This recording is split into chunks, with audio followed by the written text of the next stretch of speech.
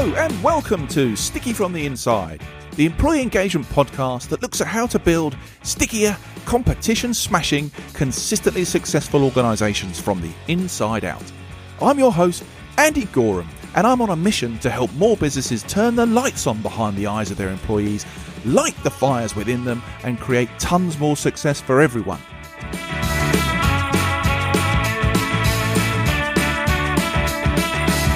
This podcast is for all those who believe that's something worth going after and would like a little help and guidance in achieving that. Each episode, we dive into the topics that can help create what I call stickier businesses. The sort of businesses where people thrive and love to work, and where more customers stay with you and recommend you to others because they love what you do and why you do it. So, if you want to take the tricky out of being sticky, listen on. Okay then, today we're tackling a topic that's not just important, as far as I'm concerned, it's a necessity. I want to talk about moving the intentional development of an enabling and successful organisational culture from an interesting, but for some people, abstract concept to a critical commercial necessity. In a world where competition is fierce, costs are skyrocketing, and attracting and holding on to top talent is, I think, more challenging than ever, there still seems to be a reticence or cautiousness for some organisations to protect and strengthen their position in the market by investing in ensuring they have the right culture for their future. Instead, I'm seeing money being saved by withdrawing from these things, or in hearing statements like, we'll get back to this stuff when we've seen out this storm. Now, it's no surprise to hear that I feel strongly that organisations that fail to address their cultural issues aren't saving money, they're losing it. And yes, I do have a vested interest in all this. Yes, it is part of my business, but the costs associated with culture are not limited to what it costs you to get it right or to get help getting it right. These are very real, tangible costs, and there are missed benefits associated with getting it wrong too, or even just not intentionally going after the culture your organisation needs to be truly, sustainably successful. So today I want to try and shed some light on why now is the perfect time to take action and how doing so can lead to a thriving, successful business. Now, to help me, and frankly, stop me from just ranting, is Dan Dowman from Anthem. Dan is not only a thought leader in workplace culture, but he's also the host of the Culture Crush podcast, where he interviews culture experts about their inspirations and insights and shares real examples of what people and organizations are doing to get a grip of their culture and ensure that good things happen. Now, I want to get Dan to share his perspective on how organizations are making the intentional development of their culture a strategic priority and why this shift is crucial for staying competitive. So, if you're struggling to get this message through in your organization, or you're surrounded by people who can't see the commercial benefit of a great culture, or you're already on the journey and just need a boost, this episode might just be what you're looking for. Welcome to the show, Dan. It's good to be here, Andy. Thank you for having me on. I'm excited to talk all things culture with you. Well, I mean, that I don't think is going to be a problem for us talking about culture. I think the problem we're going to face into today is perhaps why people are not as enthusiastic, passionate, vigorous about it being a strategic necessity as maybe we are, or some of the people that we work with. But before we run headlong into all of that, buddy, do me and my guests a bit of a favor. Let's just get a bit of a flavor for your background, what you've been up to and what you're focusing on now. Yeah, let me break it down into, I guess, three sort of chapters for you. When I started my career, so when I was about, 18, 19, I mean, I had lots of jobs. I was working from the age of 13. Like, as soon as I could get a paper round, I got a paper round. It was just kind of, I had this very, very strong work ethic right from a very young age. But really, my kind of career started in youth work and community building, where I was developing youth programs at different NGOs and, got kind of good at that. the kind of the tail end of that section of my career, I had hundreds of young people in my community programs every week, hundreds of families involved, 60, 70 volunteers across the program, lots of full-time staff. And anyone who knows that world a little bit, there's so much legislation, admin, planning. Like, it's a complicated piece of work.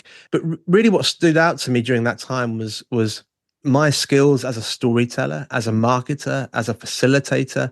Like, I really had to get good at all that stuff. And that's the stuff that really kind of set me up for the rest of my career. Then after that, I realized I couldn't be a youth worker forever. And I ended up in sort of consulting, branding, and marketing. So there's a kind of a few jobs that kind of came in quick succession, and got the chance to work with a lot of amazing brands, worked in things like developing high-performing teams, worked as head of marketing for a startup, and ended up as a strategy director at a tech startup, which is all about helping big brands find their tribe, essentially. And then through an acquisition that took place, me and, lots of other people in the business ended up facing redundancy. And that was the point where I kind of stepped out on my own terms and launched Anthem, which is all about helping leaders and organizations figure out what's working for and against them in terms of their company culture, and then helping them do something about it. And what was really nice about that journey is that when I started Anthem, I thought, well, it's going to be marketing, it's going to be branding, it's going to be facilitation. But you mentioned the Culture Crush podcast there. Through that journey of meeting lots of different guests for my podcast, I started to meet people who would say, yeah, but that youth work thing sounds really interesting. Like, that community building stuff sounds really interesting. Like, where does that fit with this new business you're setting up?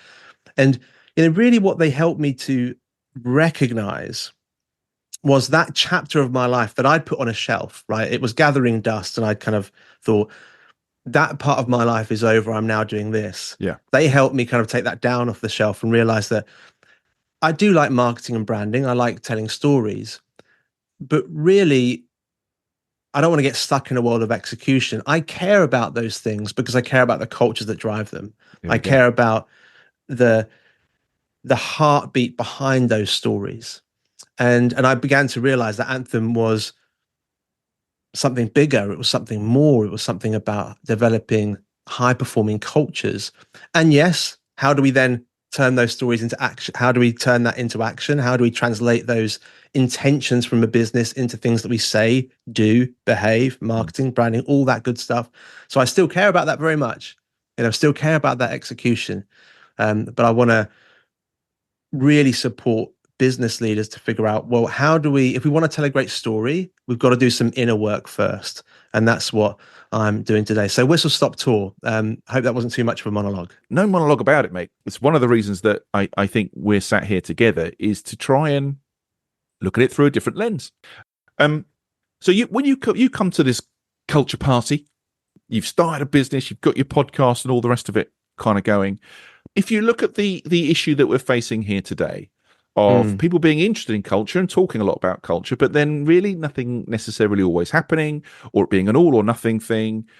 When you set up Anthem and you've said about wanting to support clients, get a handle on this sort of stuff, what position do you come from? Where is that importance piece? Where is that joining together of the culture, the commercial, that whole thing? Yeah, so I think the real difficulty is that you sometimes have a misalignment between what you say and reality. Lots of people say we're like a family here, and that might be a signal of what people want it to be like, but the fiscal reality doesn't align with that. If you want to say that about yourselves, then you need to legislate, enshrine, create ways to make that true. And that needs to be your guiding principle when that tough decision comes down the track. If actually as a leader, you know that people are saying that, but when that fiscal challenge comes down the track and that's not something, you are going to be making layoffs, you are going to be making those tough decisions. What that should prompt to you as a leader is, actually, we need to change the way we're talking, because we're not going to live up to that standard that's kind of being thrown around this office. We're not going to live up to that value. So we actually need to think differently about the kind of the values and the the purpose statements and the mission statements that we're putting out to our people. So there's already often this discrepancy that exists. And at some point, that discrepancy will become a problem within that organization. It might not be now, but it's definitely coming down the track. I think the second thing is we have this kind of like obsession with productivity and optimization, right? I think we've reached kind of peak productivity. Yes, you might be able to introduce a new CRM that might be able to help you execute your tasks 1% faster, or like different creative tools that might be able to help you to turn around creative assets a little bit quicker. But we're really tinkering at this point. And there are all these kind of like SaaS companies that are still trying to convince you that their thing's going to help you move that little bit quicker. And we're optimizing the joy and the soul out of people's professional lives. And what happens is when you treat people like a resource to be optimized and drained, things like innovation, creativity, ownership, like those are the things that get crushed. Those are the things that get stripped away. And if you're not creative, innovative, collaborative, that's when your good ideas go. That's where your kind of next amazing product goes. That's where your next viral campaign doesn't exist, because you've lost the things that are needed to make that stuff happen. So we don't need more optimization. We don't need like ways to work better, faster, like optimize every single element, be more productive. We actually need a new way of being, a new way of approaching challenges, a new way of thinking about this stuff.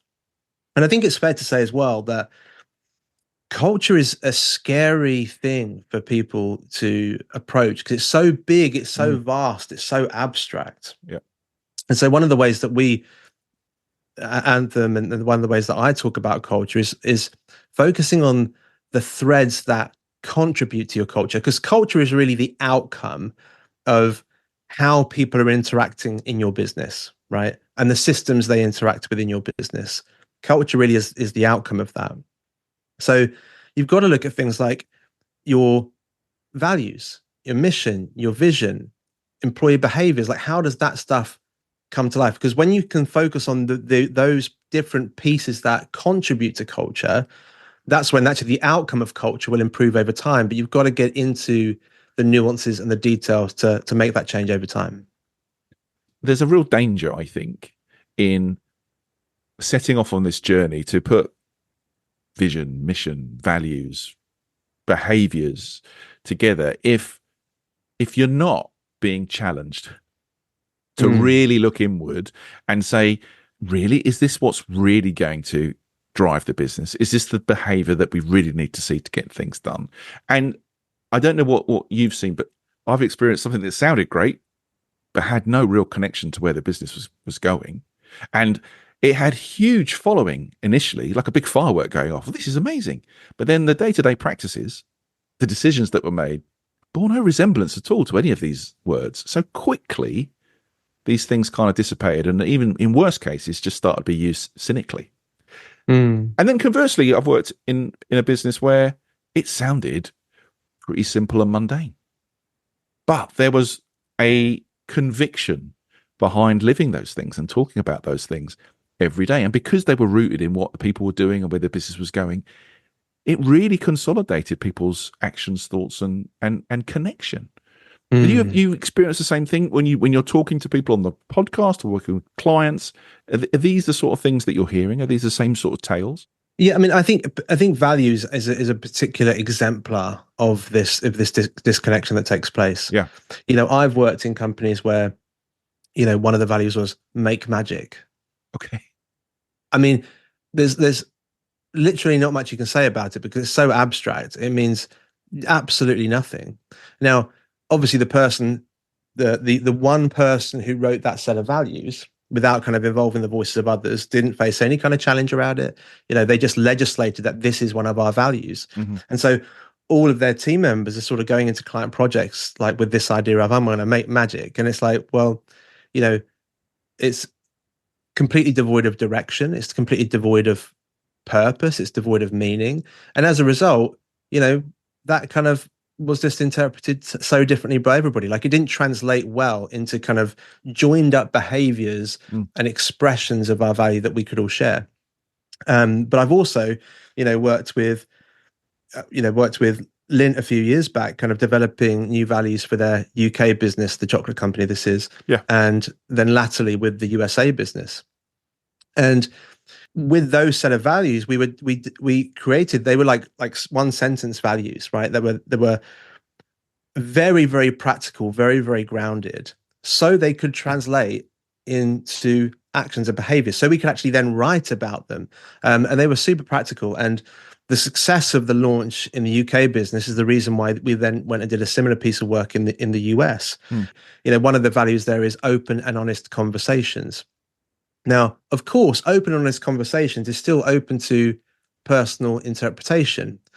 But the point is, you can have an active conversation around what that means. Yep. How do people interpret open and honest conversations? Where are the boundaries about what being open and honest means? Because like you said before, some people can twist a value and say, well, I was rude to that person because I was just being open and honest, right?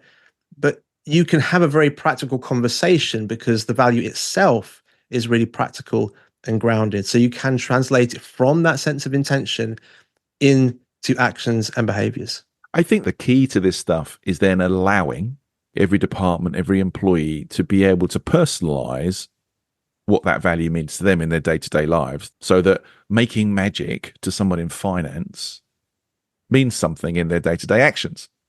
Making magic on the shop floor means something to that sales rep because they've made sense of it. They can see how it translates in their day-to-day.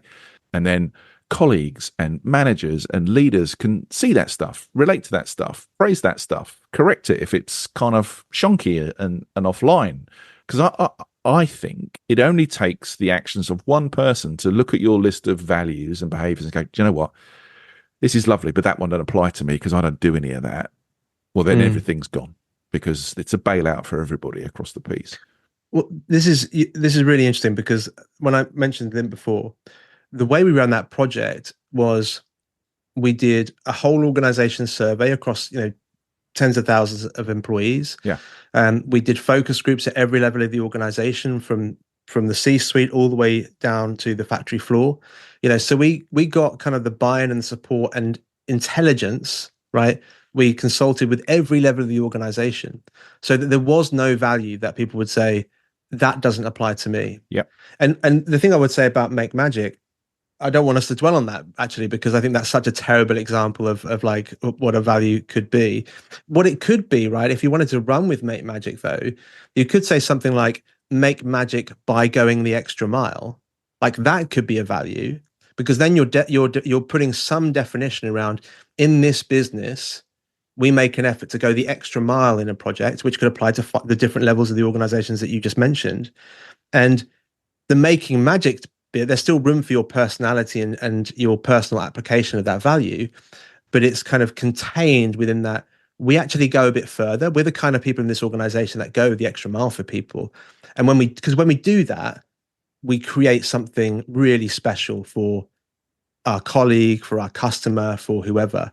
And that's why I think, if you're stuck on values that are just kind of one or two words, you are on a fast track towards cultural entropy, towards kind of cultural decay at some point down the line. I suspect you're right, and we won't dwell on magic, but just to suffice to say, Disney didn't do bad with having that within their core set of values, right? But that for me came from a clear intention and involvement, understanding, and then personalized implementation, right, of those things. So I think whatever it is, as long as it's got that grounding in that involvement and that connection, it can work.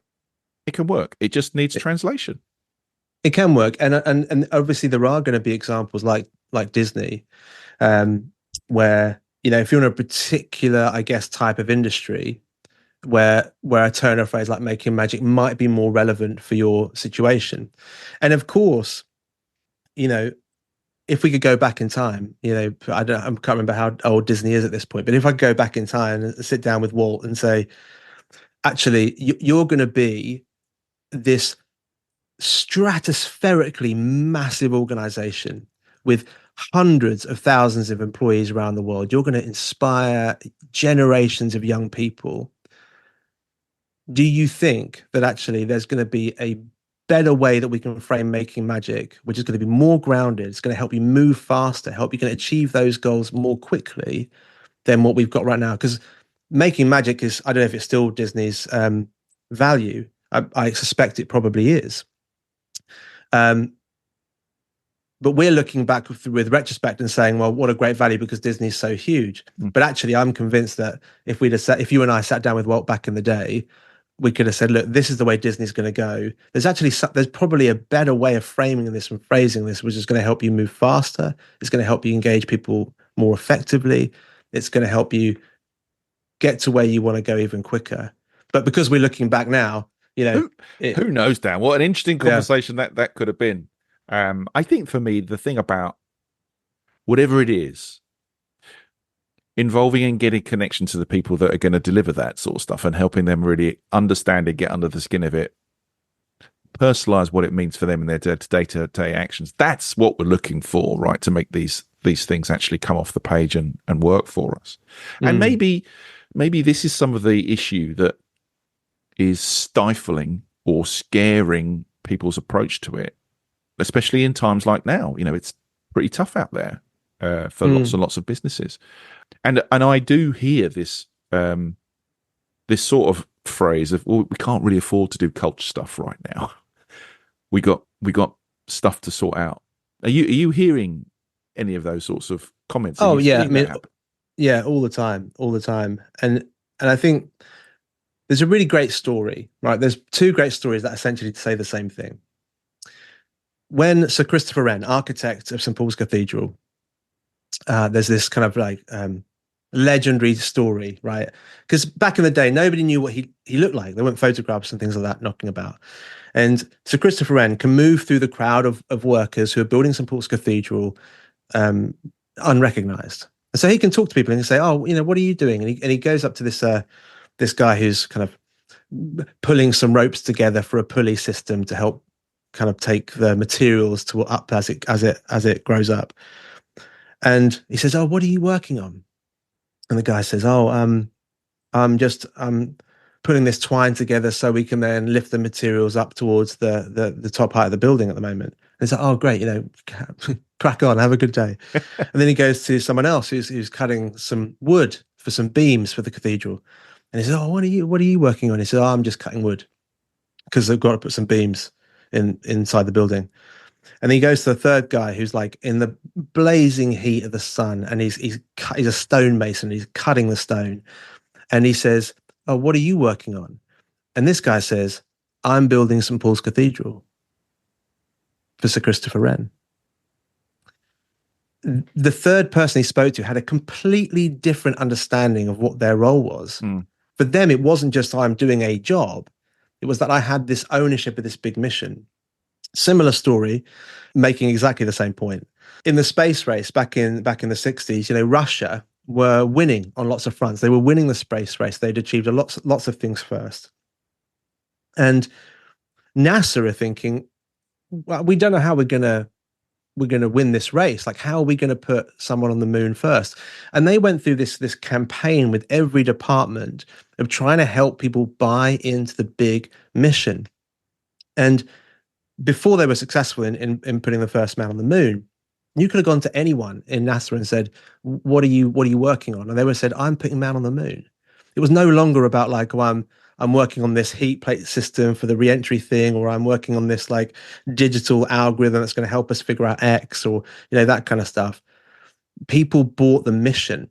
And as soon as people bought the mission, NASA unlocked a level of creativity, velocity, innovation. And as a result, they win the race to the moon.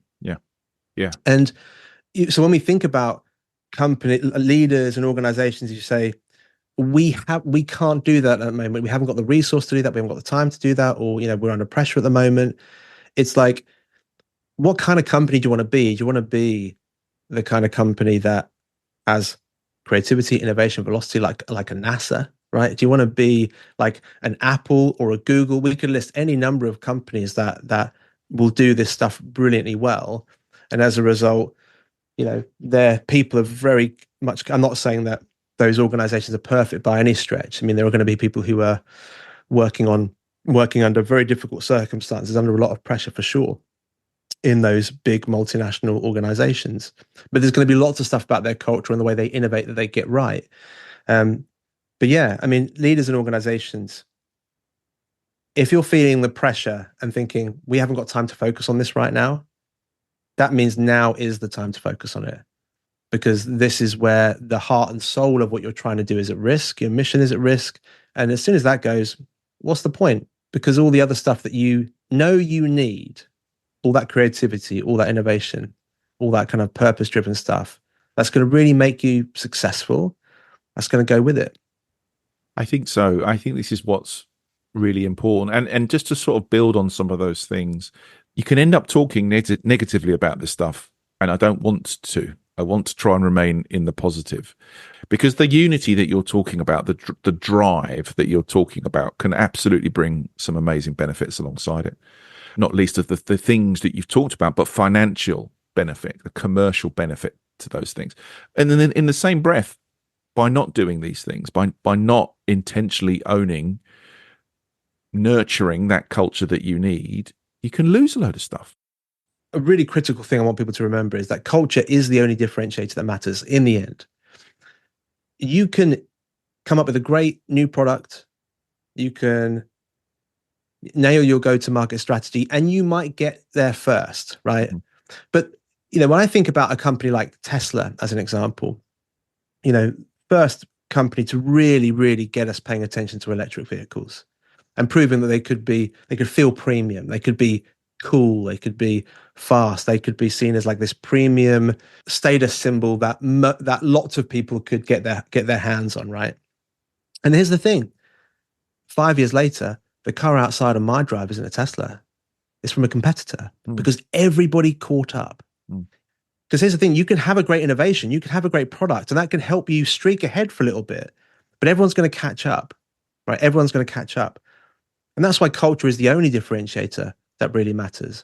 Because when you've got that right culture in place, you are able to collaborate, innovate, create. Those are the things that are going to keep you innovating, going to keep you coming up with great new products, ideas, help you stay relevant, connecting with your tribe of customers in a new way. Like, it all comes from that cultural identity piece. And you could point to any number of brands that streaked ahead, everybody caught up, and now those companies have a negative reputation. So culture is the kind of stuff that helps you stay ahead, because it means that your success isn't based on a singular or your next best great idea. It's based on something more. It comes from the depths of your organization. I've heard you talk about lots of different things, actually, that can also contribute, that people don't necessarily see the costs associated with. In the intro, we mentioned just loss of talent, even just holding on to talent. The costs of retention versus constant recruitment are obvious for any financial controller, CFO, whoever. They're practical, tangible costs with a direct link to what's going on in the business from a cultural perspective, right? The other day you mentioned something about workplace drama and the impact that has commercially on a business. Do you want to just expand on that? In terms of kind of like how you measure or experience the cost of this stuff, you're absolutely right. Workplace drama, is something that you can literally measure. Like, you can literally figure out how much workplace drama is costing your business. And when I talk about workplace drama, I'm talking about lots of different things, of course. But let's say interpersonal dynamics, gossip, that kind of stuff as a symbol of this.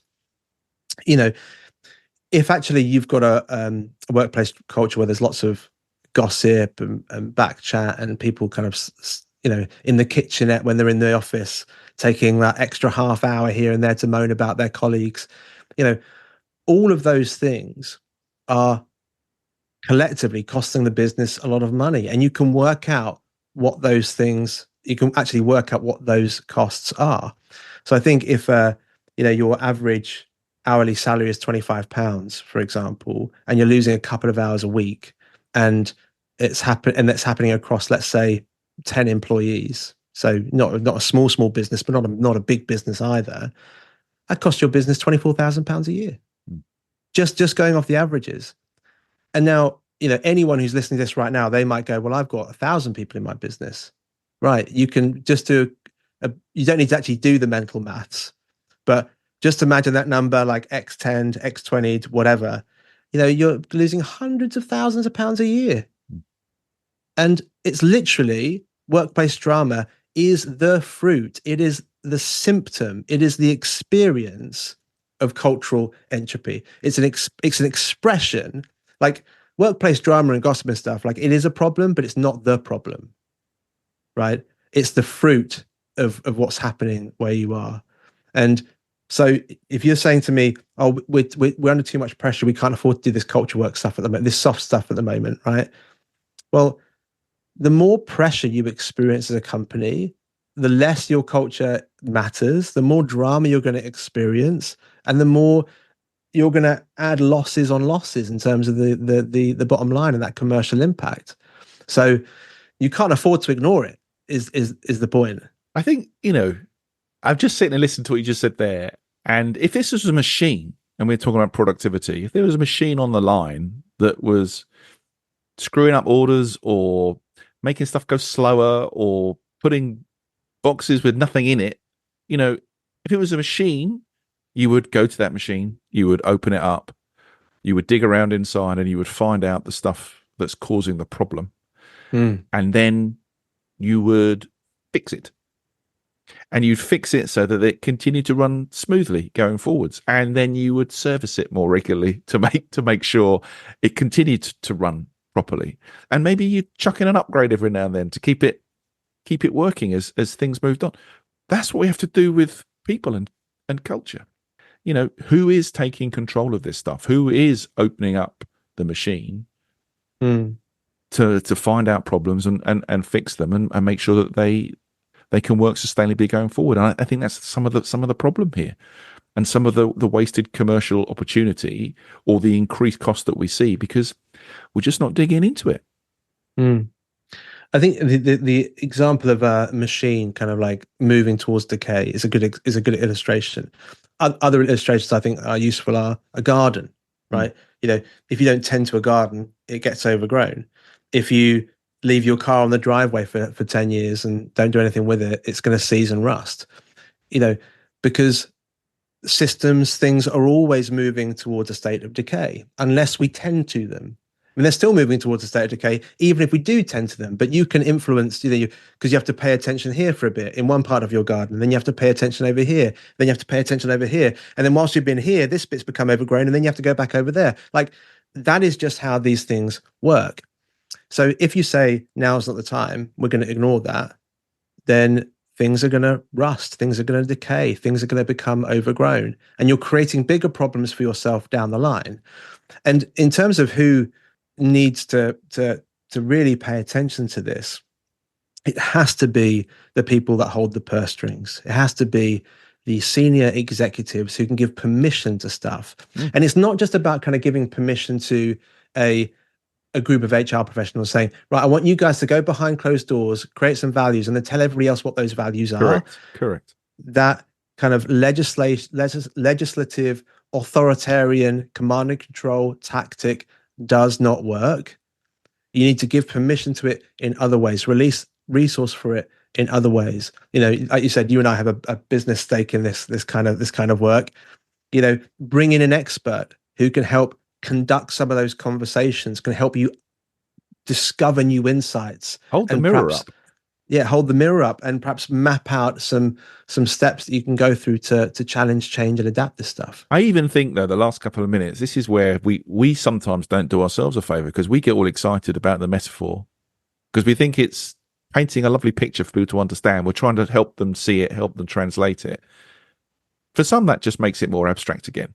And I think this is where we have to try and blast through this stuff and come, like you are saying, to the hard commercial truths of these things. If you don't invest in this stuff, if you don't hold up the mirror and ask yourself some pretty tough searching questions, but also have a good eye to the future about and be honest about what you really need from a behavioral perspective going forwards, then this stuff will never be seen as anything other than a fluffy concept, because you won't get anything tangible out of it, because you haven't built anything that's going to help the company drive towards its goals and achieve its goals. You know, Mm. I've said on this podcast before, and you've mentioned Tesla, so we can't not talk about Musk. And he came in for a load of flack when he bought X for his messaging around, yeah, we'll have none of this kind of like, work when you like and flexibility. If you're here, you're here. You're going to be under the table, sleeping at night, working. Now, that is not a culture for me, but that is him being very clear about, hey, this is what this business is about. This is the culture of this business. And in his head, that's what he wanted. That's what he wanted. Very intentional about going after that, right? Not lying, saying this is going to be marvelous. No, this is going to be horrendous for most people, but that's what we're going to do here, right? If you like that, come, because you can have more of that. I think that honesty comes with a certain amount of integrity. I don't like it. It's not for me. I think his head's gone. But for some people, that'll be the right thing. And I think coming back to the real truths of a business about where it's going and what it really needs to get there sustainably, that's what culture's about. And then going after that, with everything you can, with all of your resources aligned to make that happen.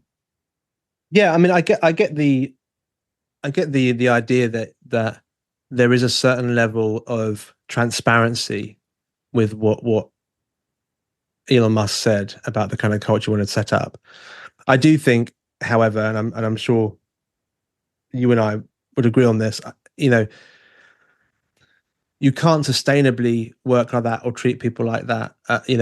You are in people who, like, there is this kind of like hustle culture around tech, which is deeply problematic for lots of people. And so somebody might say, well, that does sound like me because that's the world I've been working in and I could do some more of that. I think those people will be coming with pretty compromised ideas around what kind of a healthy work culture look like. And it creates problems. It creates problems down the line, doesn't it? I agree with you. I think it's nuts. I think my point is, that's what he thinks he needs as a business, and that's what he's going after intentionally. My view is wrong, but I'm not in his business. I don't have the purse strings. I'm not driving it. I think, but my point is, rather than having a culture that sounds wonderful on paper, and everybody goes, oh, "Isn't that a marvel? Well, that'd be marvelous," but then the day to day has nothing to do with that. That's just as problematic as having a Musk world to live in, from my perspective.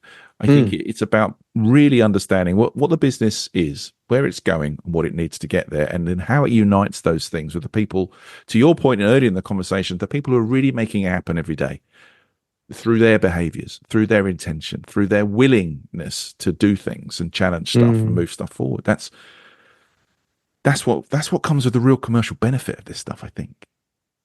Well, you're absolutely right. And one of the ways that we frame this through our work at Anthem, through everything that we do, there's a philosophy that underpins our work. And that's this model of collective fluency. Now, we talked right at the beginning that it's not about optimizing more or kind of like trying to squeeze more juice out of the lemon. It's about a new way of being. It's about a new model for how we practice. And the model of collective fluency isn't a solution. It's not like a tool for optimization. Like it's a model for cultural practice. There are three parts to it: intention, action, and outcome. So things like our mission, purpose, vision, values, they are the intentions of an organization. The organization saying, this is who we want to be. And those things need to translate into actions, things like marketing stories, brand stories, employee value proposition, employee behaviors, right? They're all kind of expressions of actions. And then the last piece is outcomes, like what are the rewards that people get? What's the sense of ownership that kind of comes out of this practice? If you worked for me, Andy, I'd seen, let's roll back and talk about values as an example, right? Values are an expression of an organization's intention about who they want to be. When they're grounded, they make sense, they can be, and they're discussion starters, right? They can be translated into employee behaviors, into people's actions. Then the outcome of that is, say you're working for me, Andy. So you've been living out those behaviors in the organization. Part of your review, your annual review, might be you've hit your numbers, you've done all this great stuff, you actually, you're doing the tasks. And on the other side of that, I've seen you express our values in these ways. Not only that, in your 360, Lauren from the department over and Clive from over there, they've provided some feedback on how you've expressed the values.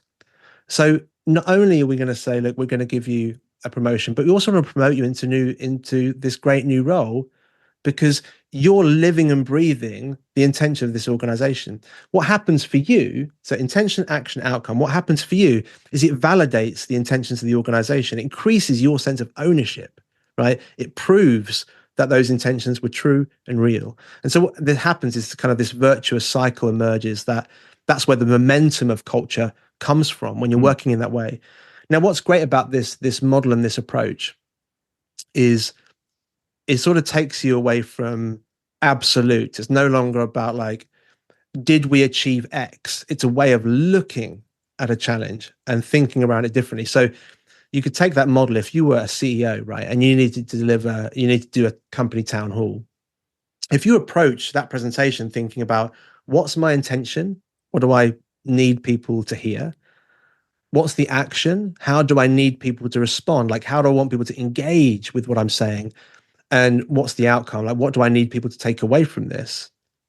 If you could frame your presentation around those 3 points of the model, your presentation is going to be much better and much clearer. If you're in marketing, right, and you're doing a marketing retrospective and you're thinking like, how do we assess whether what we've done was a good campaign? You can go back and say, well, was the intention clear? Was it obvious action? Was it obvious what we needed our consumer to do?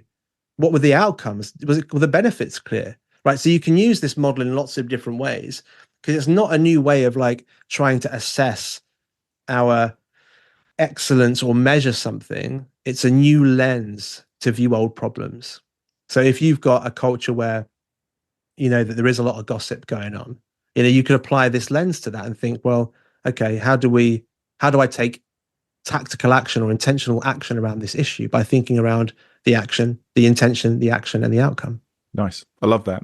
And that sort of comes full circle for us talking about where you were coming from initially and then how that's practically applied to taking this thing from an abstract concept to something that is tangible and comes with some real commercial benefit.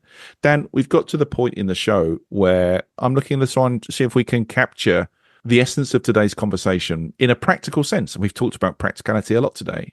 So I'm going to ask you to leave behind 3 sticky notes, right? 3 sticky notes of wisdom or advice that you have for anybody wanting to try and take culture from something abstract to actually practical and a commercial necessity. And so what would you leave on your 3 sticky notes, my friend? Well, there's quite a lot. I've probably got like about 9 sticky notes. Are these like A3 sized sticky notes or something? Yeah, exactly. I mean, let me give you a couple, not to break the format here, but a few things that would love for people listening to take away. Things like the call of leadership is to intention. Like the call of leadership, if you're a boss, you manage, you legislate, you tell people what to do, right? But if you're a leader, you've got to be like that gardener. You've got to be paying attention to what needs attention in my world right now, right? That is your job. And if you're not doing that, I hate to tell you this, but you're not a leader. You're a boss. And I'm not saying there's anything wrong with that. There's no criticism in that, right? But if you want to consider yourself a leader, then you've got to think like that gardener, right? You've got to challenge yourself. Like, what is the intention that I need? What's the road of intention that I need to lead my people on? Mm-hmm. So I think that's one thing. The other thing is I want people to remember that culture is the only differentiator that matters. If you don't do the culture work, everyone's going to catch up with you. It doesn't matter how good your ideas are. You'll be caught up by everybody. But sticky notes, right? So they're kind of like, let's say that they're kind of side points. In terms of sticky notes, I would say that these 3. The first one is if you don't plan to do something, you've planned to do nothing. If you don't plan to do something, you've planned to do nothing. Culture is happening all around you, right? All the time. And it's up to you whether you allow that culture just to decay by not addressing things within that culture space, or you plan to do something to, again, be that gardener role, pay attention to the things that matter. So that's the kind of the first piece. If you don't plan to do something, you've planned to do nothing. And the result will be decay down the line. I think toxic slogans, number 2, toxic slogans are signals of cultural entropy. I want anybody listening to this podcast today to, when they're in the office or when they're in a meeting, listen out for those slogans that you often hear that always give you the ick. We talked before about people saying, oh, we're like a family here, when everybody sort of knows it's not true, right? Another one might be, play as a team. We play as a team. Or one of my favorites actually is, we're all adults here, right? We're all adults here is a turn of phrase that is used to silence people. Yeah. To get them to say, like, if you dissent here, you're being childish. You don't want to be childish, do you? We're all adults here. Like, that's what they're saying, right? Listen out for those phrases that give you the ick, because they are signals that you're experiencing a level of toxic culture. And then lastly, identify an intention where you work. Like, if you've got a problem like that, think about, okay, what's my intention here? And how could I turn that into some action? What's my intention? And think about, how could I run an intervention as an experiment? Take the model, use it to frame some of your conversations, bring people into that experiment, let them know that we're going to try this for a few weeks and see how it goes. What did you think about it? Because that can just get the dialogue started. Brilliant. I mean, they are, I think, 3 very practical, non-abstract sticky notes, right? And that was the purpose of today's conversation, is to try and move something that people think is maybe a little bit ethereal and nice to have, and move it into a place where it's practical and comes with a real commercial necessity against it. So thank you for that, Dan. I've loved chatting to you, mate. I'm absolutely confident this won't be our last conversation. So thanks so much for coming on today, mate. It's been an absolute pleasure. And let me just say that if people want to, obviously, anthem.oo, if you want to connect with me and see what I'm up to. And I'm also hosting a free training. They're going to be regular. So there's going to be one this week, and then there's going to be one in a couple of weeks, about workplace drama and figuring out what it's costing you. So if you're interested in calculating those costs and talking about what you can do about it, I'd love to see you there. Yeah, and we'll put links to all of that in the show notes, mate, so people can find you and come and chat. Brilliant. Mate, thanks for coming on. Take care, and I'll speak to you again soon. Absolute pleasure. See you, Andy. See you, mate. Okay, everyone, that was Dan Dowman. And if you'd like to find out a bit more about him or any of the things we've talked about in today's episode, please check out the show notes. So, that concludes today's episode. I hope you've enjoyed it, found it interesting, and heard something maybe that will help you become a stickier, more successful business from the inside going forwards. If you have, please like, comment, and subscribe. It really helps. I'm Andy Goram, and you've been listening to the Sticky from the Inside podcast. Until next time, thanks for listening.